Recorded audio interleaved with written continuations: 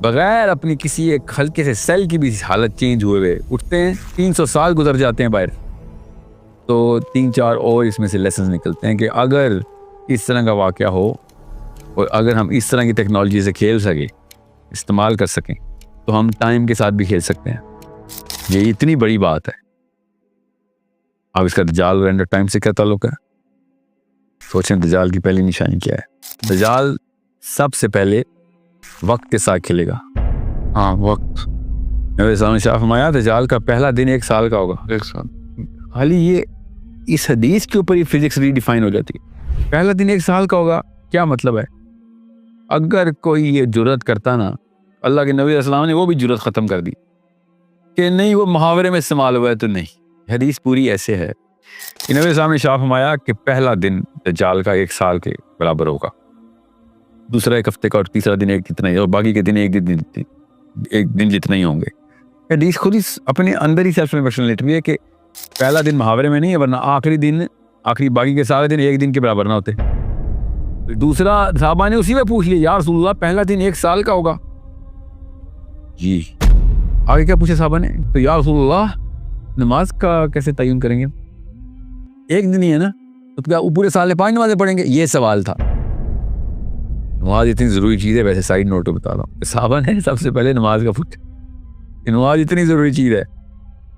تو اللہ کے رسول صلی اللہ علیہ وآلہ وسلم نے کیا ارشاد فرمایا کہ نہیں 5 نمازیں نہیں پڑھو گے, آپ نے وقت کا اندازہ کرنا ہے اور وقت کے اوپر 5 نمازیں پوری کرنی ہے. پورے سال کی نمازیں پڑھنی پڑیں گی. 365 ضرب 5 نمازیں پوری کرو گے وقت کے اندازے کہ اتنی دیر میں زور ہو چکی ہوگی, زور پڑھتے ہیں. اتنی دیر میں زور, آخری نماز کو میری اتنی دیر ہو گئی ہے, اتنی میں تو اثر کرنی چاہیے مجھے. جیسے کہ سورج کے گرد ہم گھوم رہے ہیں,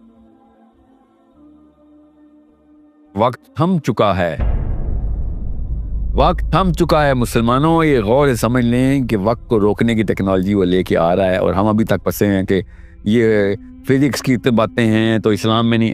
پہلا دن 1 سال کا ہوگا. کیوں یہ بارے میں بات ہو رہی ہے؟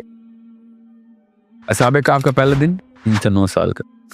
کیسے ہوا 309 سال کا؟ اللہ بھی بتائیں گے. یہ اتنا بڑا واقعہ ہے, ہم بس پی گئے. جیسے کہ ہاں ہر بندہ فزکس کا PhD ہے, اس کو تو خود ہی سمجھ آ گئی ہے. جیومیٹری بھی آتی ہے.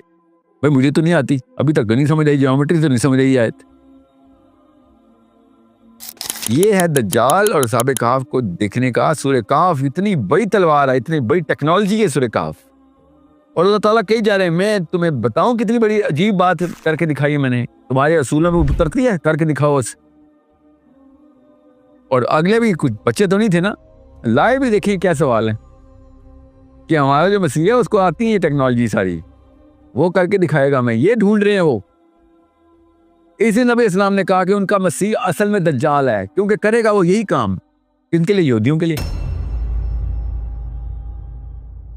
تم انہیں دیکھ کر یہ سمجھتے کہ وہ جاگ رہے ہیں حالانکہ وہ سوئے ہوئے تھے. یہاں پہ دیکھیں, اب میں کیا کہوں, اللہ اکبر اللہ اکبر ثم اللہ اکبر, کہ ایک سے ایک لیول آگے اللہ تعالیٰ ہمارا ذہن کا کراس کروا رہے ہیں. تم انہیں دیکھ کے سمجھتے کہ وہ جاگ رہے ہیں. آپ کو کیسے پتہ چلتا ہے کہ کوئی انسان سویا ہوا ہے جاگ رہا ہے؟ کیا آپ کو لگ رہا ہے میں اس وقت سو رہا ہوں؟ بڑا پاز کیا آپ نے. یہ آپ اندر جاتے دیکھتے ایک گروہ ہے. اب اللہ تعالیٰ کہیں تم اگر ان کو دیکھتے تو تمہیں لگتا ہے جاگ رہے ہیں. کیا نشانی ہوتی ہے کہ انسان کا گروہ جاگ رہا ہے؟ آنکھیں کھلی ہوئی ہیں. آپ پورے گروہ کی آنکھیں تو نہیں دیکھ سکتے نا, متحرک ہیں وہ. جی متحرک ہیں وہ. اگر تم دیکھتے تو موشن نظر آتا تمہیں. سمجھ لیں دونوں سینیریو لے لیتے ہیں, اور یہ دونوں سینیریو لینے ضروری ہیں, کیونکہ ورنہ میری رائے اپنی رائے ثابت کر رہا ہوں گا میں. سمجھ لیں کہ سب لیٹے ہوئے ہیں اور آنکھیں کھلی ہوئی ہیں, اور یہ مطلب بھی نہیں رہ سکتا اسے کہ اگر تم واقعی ان کو ایک ایک کر کے دیکھتے تو تمہیں لگتا ہے یہ جاگ رہے ہیں. حالانکہ عربی کی جو اصطلاح ہے اس میں یہی ہے کہ اگر ہم ان کو جماعت کے طور پہ دیکھتے تو لگتا جاگ رہے ہیں. اس کا مطلب ہے کہ کوئی بیٹھے یا موشن میں ہیں یا کوئی چل پھر رہے ہیں, ٹھیک ہے, یا پھر کوئی بھی حرکت اور جنبش ہے, ٹھیک ہے. تو میں ابھی صرف آنکھوں والا مطلب لیتا ہوں, سب سے آسان مطلب. موشن بھی دکھاتا ہوں, اللہ نے بتایا موشن کیا ہے. ابھی موشن آئے گا کہ اللہ تعالیٰ کیوں بتا رہے ہیں. اللہ تعالیٰ نے ایک ایک آیت, ایک ایک کلمہ, ایک ایک حرف چن کے لکھا ہوا قرآن میں, یاد رکھیے گا.